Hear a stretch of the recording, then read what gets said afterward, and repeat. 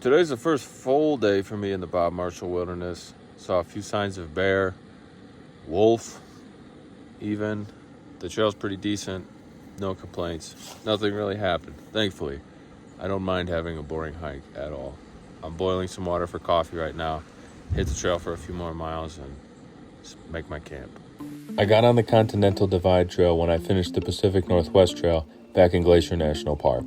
On the Continental Divide, I'll be walking south until I take some side trails over to the Jefferson River. From there, I'll canoe to the Missouri to the Mississippi, to the Gulf of Mexico, and then bicycle around the Gulf states to the Florida Peninsula and all the way down to Key West. This stretch of trail, the Continental Divide, is more than 450 miles for me. The patch that I'm working on in this video was 260 miles between the town of East Glacier Village and Helena, Montana, the capital where I'd be getting my next resupply. Most of the trail wound its way through the Bob Marshall Wilderness, and then the Scapegoat Wilderness, the Lewis and Clark National Forest, and then the Helena National Forest. Wilderness areas like this are the closest thing you can get in the lower 48 states to seeing the area for what it looked like before it was logged and paved. I'd be crossing the two great wildernesses alone, without cell service anyway, but I also committed to not listening to any music or podcasts, books, or anything to distract myself from enjoying the entire environment for the way that it was. Plus, the Continental Divide in northern Montana is the highest density of grizzly bears outside of Alaska, and I didn't want to make myself an easy meal. I imagine it's going to be a cold night. I'm going to have the sleeping bag all the way zipped to my throat, and I don't really have the energy to start a fire. So it's just going to be food, water, bed for me. Buen día. Estoy mucho frío ahora. Y cuando estoy mucho frío, yo pienso y hablo en español. No sé por qué, pero cuando estoy frío, la porción de mi cabeza, cuando el idioma habite, se levante. Yo creo. Escucho lo mismo para barachas. El idioma extranjero es más fácil cuando están bebiendo. I don't know why foreign language is easier when I'm uncomfortable, but I do know what was making me uncomfortable that morning. It was all that rain. Plus, I don't have an umbrella anymore since it got yoinked out of my backpack when I was climbing under a log. But I had this disposable poncho. I was freezing because I was wearing a wet shirt, and I stupidly mailed home my jacket and winter hat back in Washington when I was burning up every day just to save the space and weight in my backpack. That decision did not pay off for me. There were signs of bears, but they looked old. There weren't new droppings or tracks anywhere, so I wasn't worried about them as I was shivering. And that is the jacket I needed. My body is small for this jacket. It's made for a bigger man, but beggars can't be choosers. I've been begging for a jacket since I got to Montana. If I see the guy without a coat, I'll ask him, I'll give it to him, but otherwise. This thing was a godsend, but I didn't want to steal it. I left a comment with my phone number on the electronic map everyone uses to walk these trails. No one's contacted me yet. But until then, they just went over there. A mother grizzly and two cubs. And one cub stood on its hind legs, turned and saw me, and then took off. You can see how fresh the tracks are. That's like kind of where they stood up. So I was wrong about there being no grizzlies in the area. It's just that they weren't leaving signs that I was seeing. I was seeing the bears though, 3 of them so far on only my second day. I had other things to worry about than skittish bears. I was cold from the night before and the trail was positively soaked, making it impossible to properly warm up as I walked through this overgrown section, getting soaked on every leaf that I touched. It was one of those days where you have to just shrug and say, well, I guess this is what wilderness travel is like. Uncomfortable, the way it should be, but rewarding in the cold, wet, and cloudy. If anyone wants to know what Montana's like, that's been my experience of it. That and burnt. A lot of these forests suffered wildfires and haven't quite come back yet. So the cold's given me a motivation to walk, and I really want to get out of this burned area, so I'm not stopping probably till I get to camp.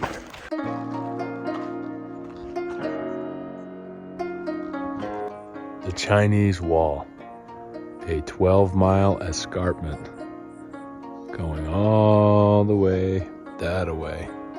Presumably named after the Great Wall of China, which for once makes the North Americans the imitators of the Chinese stuff and not the other way around. There were other tents at the campsite, but they were already inside of them. I stirred up the embers and threw sticks on to get a fire going. Used it to boil water in my titanium pot, and once that was done, tore the top off of my Mylar bag holding the dehydrated risotto that Dottie and I prepared a couple months ago in anticipation of this stretch. I put on my special order custom fit backpacking cooking glove to remove the titanium pot from the fire once the water was boiling, poured the boiling water into the Mylar bag to rehydrate the risotto, and zipped it shut to let it sit for about 12 minutes until it was mushy and edible. Well, I found somewhere that's colder than home, doo-dah, doo-dah, but at least I'm shivering in Montana alone. Oh, the doo-dah day, when I find the weatherman, I have got a plan to shoot him in the head so he'll be dead for saying it was gonna be warm. He called for sunshine all day, but as you can see, the sky is gray. There's no point in checking his report. Oh, the doo-dah day. Went up and over one pass, got past the Chinese wall, and finally out of the area which was burned and dead trees, and kind of just a little bit lower elevation, where you can see there's a healthy forest behind me, and it warms things up a little bit, blunts the wind. So this stretch from East Glacier to pick up the box at the campground, there's nothing really there except the box. And then it's another 140 miles to the highway to hitch to Helena. So this is gonna be a pretty long stretch of wilderness for me, at least by the standard of this trip, where usually I'm in town twice a week, maybe a little less, but it's a pretty good stretch of wilderness. It's a good time to just embrace the silence and not try to distract myself with anything and really get into the rhythm of travel right before I go into the canoe and change the pace a little bit.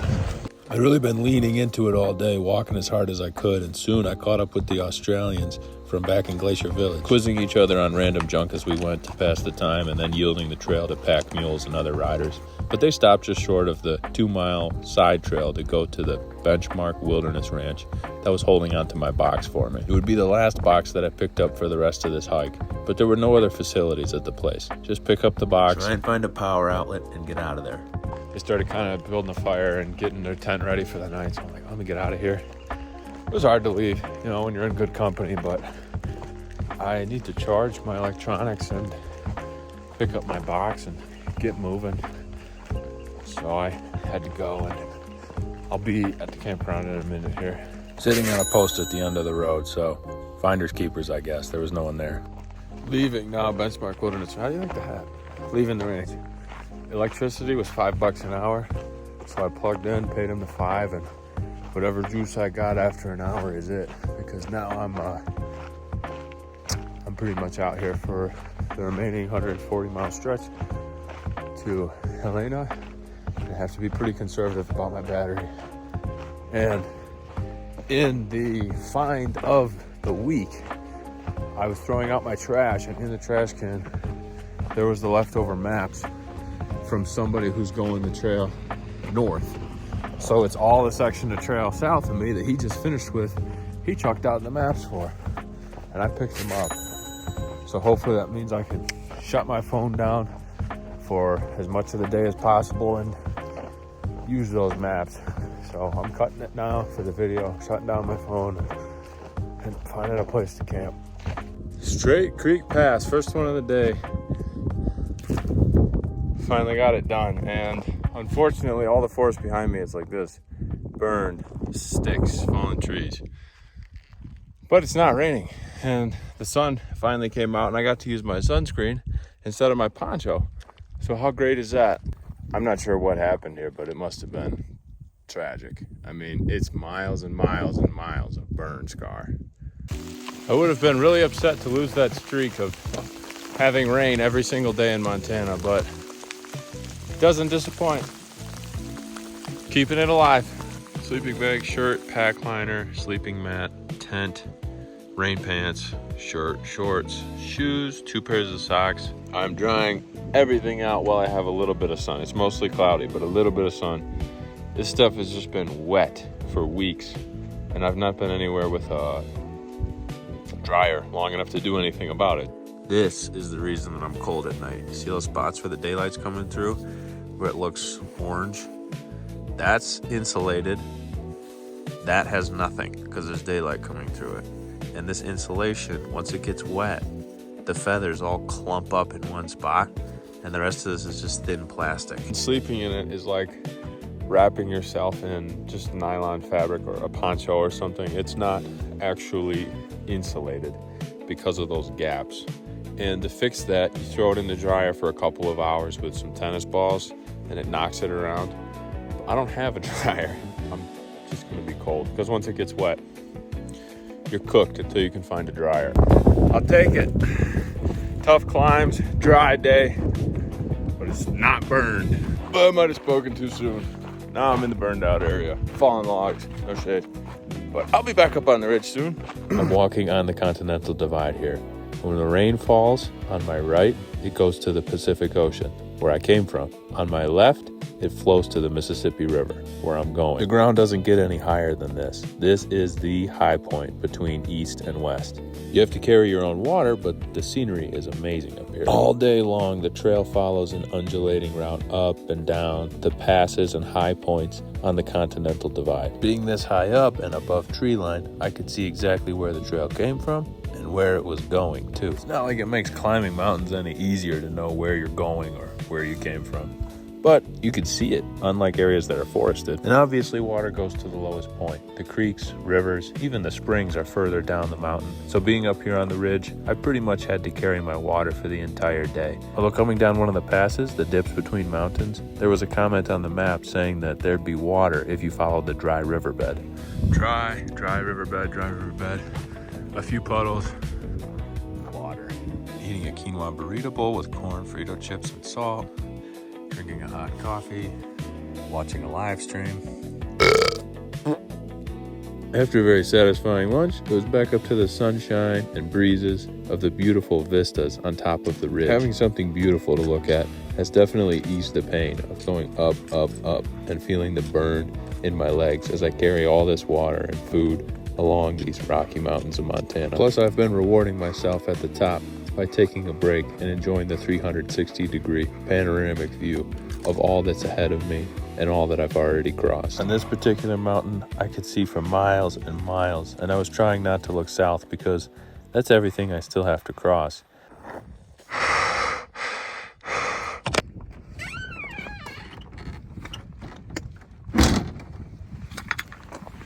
I stayed in the yurt last night, the structure behind me, and I'm up nice and early because I just woke up and couldn't fall back asleep. So I'm pretty thirsty. I'm heading to the next water source. I'm out of water. It's 3 miles and there was no point in sticking around. May as well get up before the sun comes up, and get to it. I just said good morning to a deer. It crossed over the path. This is a 260-mile stretch without a town. It's going to be nice when I get to Helena and I can talk to somebody who doesn't have antlers for once. Maybe they can talk back. That's who I have to talk to. That's the company I get out here. And they listen, too. I mean, it'd be better if they ran off.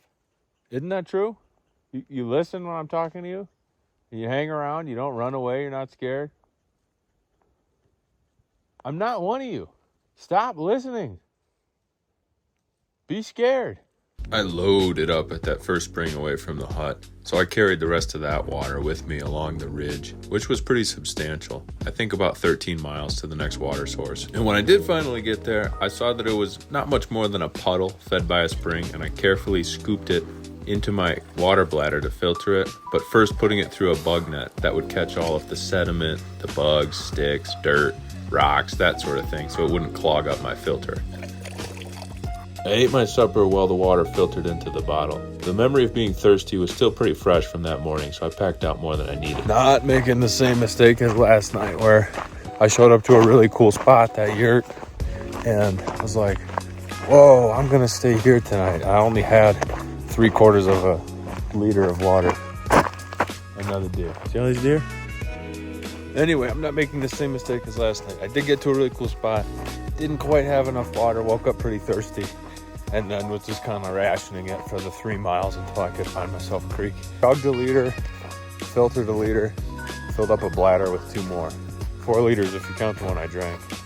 I unfortunately caught myself stopping a lot that day, taking breaks, resting in the shade, just not having the motivation to walk any further. I think in part it was due to only getting 4 hours of sleep, but mostly it was just my motivation going away after so much time spent alone and no one to do it with, you know?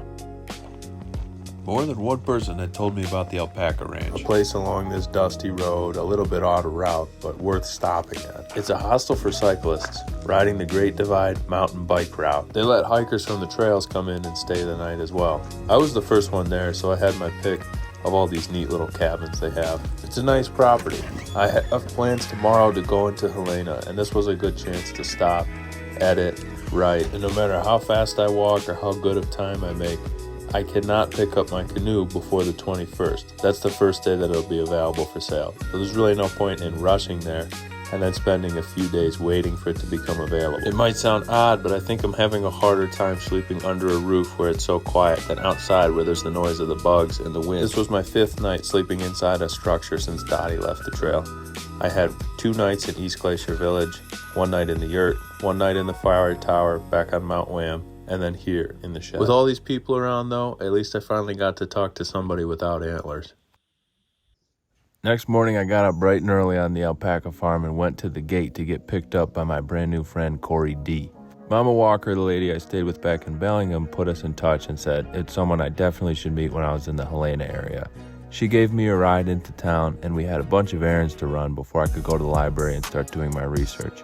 First stop was for coffee, then down to the Walmart where I had 2 things to get. First, the cash I needed to buy the canoe because he only wanted paper currency, and then all of the groceries and butane that I would need for my food and the fuel to cook my food on the 140-mile stretch down to Cardwell where the Jefferson River is. Walmart went how it usually went, making faces at babies and trying not to let their parents realize what I was doing. And then doing that fine balancing act of trying not to buy too much that I had extra weight to carry, or not enough so that I found myself on the trail hungry. I hadn't been to church since Idaho, and it wasn't for a lack of wanting. It's just that there's not many churches in this part of the country. Well, there's a beautiful one right downtown, the Cathedral of St. Helena. It's on a small footprint, but it's tall with big neo-Gothic ceilings, the way all the churches of old Europe are. We went to mass there, grabbed something for lunch, and then finally got down to the library where I got on the computer and started hammering away at the last few things I needed to do before getting on the Missouri River. There's some stuff I needed to order from Amazon. For one, I want to use a sail on this trip because there's going to be a lot of wind out on these lakes, and if it's in my favor, I'd like to make the most of it. And then there's little junk to put on the canoe, like D-rings to lash stuff down, a sponge to bail stuff out, a bigger waterproof bag, stuff like that. Well, I found a gentleman who paddled the Missouri River a few years ago, and he had a really interesting blog, very detailed, and he was a very meticulous guy. So I took a chance and emailed him asking if he still had his map data from the trip, and I'd be willing to pay for it if he did, because I know how long it takes to put all that stuff together. And he just straight up emailed it to me with no explanation, no note, no anything. Just shared this huge folder, and it was mine to start sifting through and figuring out and then attaching it to the maps I'd be using. You could have used either one of my socks to patch a roof. Those things were so stiff. Layers of mud infested those things, and I had to go again and again and again in this laundry bucket, wringing them out with soap and then without, and then rinsing to finally get them back to some sort of status that was wearable. Corey D was a great host, but she doesn't have a washing machine at the moment, and she lives so far out in the boonies that she's on a wait list for a repairman to come and fix it, so we're doing the old bucket method. I couldn't compromise on this sleeping bag though. There's cold nights up there on the divide, and this thing's insulation was patchy as hell. So I threw it in the drying machine along with 3 dryer balls. Loaded quarters into the slot, and let that dryer run for as long as $5 would buy me. I sat at a nearby booth, mooched their Wi-Fi, and did my writing and editing while the stuff spun in the washer. If you want to read that stuff or watch these videos a week earlier than on YouTube, you can head over to my website, stoicnomadic.com. There you get access to my private journals. These videos come out a week earlier, and you have access to the full archive of hiking, traveling, and trucking stories over the last 2 years, as well as all the stories I will be putting out while I travel all the way to Key West. Back at the library for a second day in a row, I took all the files from that guy's blog that he emailed me of the river data and I formatted it onto the map that I'll be using as a mobile application on my cell phone. This took a little bit of learning because I've never done this before, but this way I'll have all the data in one place, as well as be able to print it on sections that look especially tricky. Corey D had to do some grocery shopping and took me to this huge store called Costco. They have all the stuff for sale in bulk, as well as these all beef hot dogs for only $1.50 that comes with a cup of lemonade too. I used to deliver to this place all the time, but they would never let me buy anything because I wasn't a member. On the way back, we saw these sandhill cranes. Corey pointed them out, told me what they were, and then pulled over so I could take a video of them because I'd never seen one before. I've obviously seen cranes, but never the sandhills with these feathers. So this is basically my food for the next 6 days. And well, I may have over-purchased, but I'm eating quite a lot of food, you know? There it all is. It's been great staying here the last couple of days with Corey. She's hooked me up with a bed, Wi-Fi to do my editing and stuff, home-cooked meals, company. You know, we both talk a lot. We sit there passing the time, and rides to town and back, the library, showed me around. So way more than I could ask for. And if it was just me alone in this town, I would have hitchhiked to the library, bummed it under some bridge, and then gone out of town the same way I came in. And this has been way better. And I owe her a huge debt of gratitude. And the same to anyone else who's helped me along this way. But especially this stop has been very helpful transitioning between the hike and the paddle. And as always, thank you so much for watching, for the wonderful comments that you leave, for encouraging me along my way. It means a lot to me. I appreciate it. And I'm glad to have you guys along for the ride.